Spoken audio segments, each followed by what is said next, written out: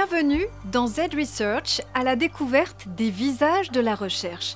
Cette semaine, nous vous emmenons à la rencontre de Constance Lefebvre, aspirante FNRS, c'est-à-dire doctorante en biogéochimie à l'ULB. Elle mène des recherches sur le dégel du permafrost sous-marin.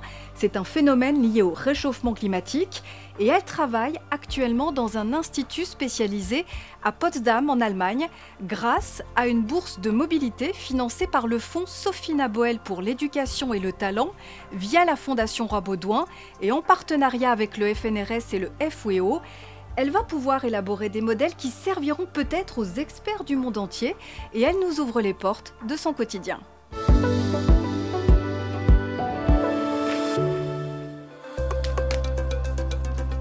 Je m'appelle Constance Lefebvre, je suis doctorante en biogéochimie à l'ULB. Pour le moment, j'effectue une partie de mes recherches à l'Alfred Wegener Institute à Potsdam. Et moi, ce qui m'intéresse en particulier, c'est le permafrost sous-marin, c'est-à-dire le permafrost qui est situé sous l'océan Arctique. Donc c'est du permafrost qui s'est initialement formé à l'air libre lors des périodes glaciaires où le niveau marin était beaucoup plus bas qu'il est aujourd'hui et qui a ensuite été submergé.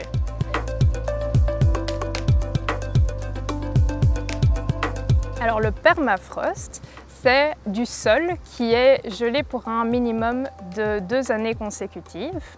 Donc on va retrouver le permafrost dans des régions montagneuses ou des régions polaires. Le problème, c'est que le permafrost sous-marin va commencer à dégeler plus rapidement à cause du réchauffement climatique.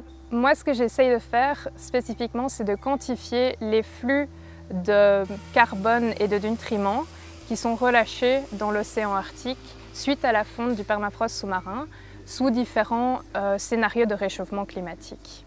Pour pouvoir faire ça, j'ai besoin de récolter des données à partir de matériel de permafrost sous-marin que je vais pouvoir ensuite utiliser dans des modèles numériques qui vont me permettre de calculer ces flux. Le permafrost sous-marin, c'est quelque chose qui n'est pas encore très connu. C'est un domaine de recherche qui est assez récent. Donc il y a cet aspect de découverte qui m'intéresse, mais aussi j'aimerais bien qu'on y porte plus d'attention. Un des défis principaux pour la recherche du permafrost sous-marin en général, c'est qu'il y a très peu d'échantillons disponibles, qu'il n'y a pas énormément de campagnes d'échantillonnage qui ont été menées. Pour moi en particulier, ce qui serait intéressant, c'est d'avoir un maximum de données qui sont représentatives d'un maximum d'environnements de déposition différents, parce que l'idée, c'est justement d'utiliser ces données dans des modèles numériques par après. J'ai reçu une bourse de mobilité du fonds Sophie Naboel qui m'a permis de venir ici à l'Alfred Wegener Institute à Potsdam. Alors c'est un lieu qui est parfait pour ma recherche. Premièrement, je suis entourée toute la journée par des experts dans mon domaine de recherche, des experts sur le permafrost et le permafrost sous-marin. Donc c'est parfait pour les collaborations scientifiques, les échanges entre chercheurs. Et aussi, il dispose de véritables sédiments de permafrost sous-marin avec lesquels je peux faire des expériences. Pour moi, c'est extrêmement important de travailler en collaboration avec des chercheurs internationaux. Premièrement parce que mon projet est extrêmement pluridisciplinaire, donc j'ai besoin de différentes expertises et tous mes collaborateurs viennent avec leur propre expertise et ils me guident dans ma recherche. Et aussi internationaux parce qu'en Belgique, il y a très peu d'instituts qui travaillent sur le permafrost. Donc à ce niveau-là, c'est essentiel d'aller à l'international. Quelque chose qui est essentiel pour tout chercheur, mais qui peut vraiment aider un chercheur en début de carrière, c'est le soutien financier. Parce qu'on travaille avec du matériel qui est difficile à obtenir, qui coûte très cher à obtenir, des appareils hautement spécialisés. Notre recherche prend énormément de temps. Et donc, le soutien, si bien public que privé, sont extrêmement importants pour nos recherches.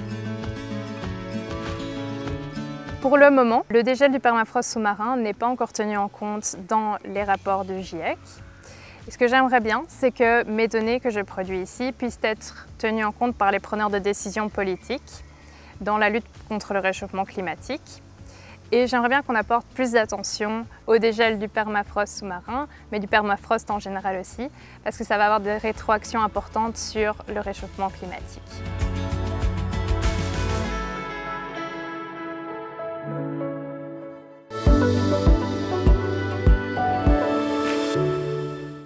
Voilà pour cette rencontre avec Constance Lefèvre à Potsdam en Allemagne.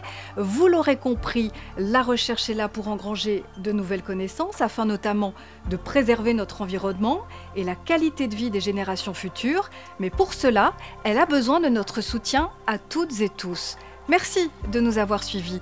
Je vous donne rendez-vous très bientôt pour un nouveau numéro de Z Research.